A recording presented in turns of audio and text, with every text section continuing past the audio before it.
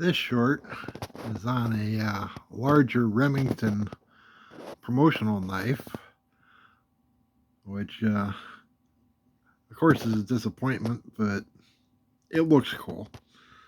You got the Remington down there, and it's of course in the Barlow style because, well, it's Barlow branded, but Barlow branded doesn't mean much anymore. Notice the rather poor quality of the way they did the rivet there.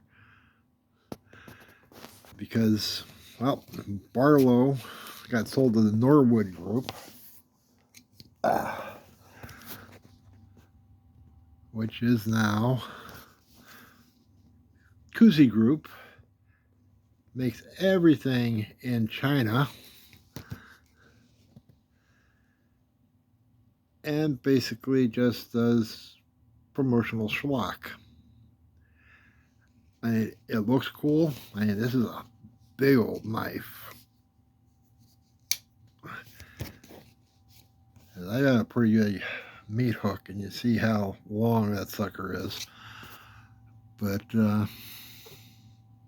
yeah, they just aren't the patch on the old Barlows that were made here and had much better quality.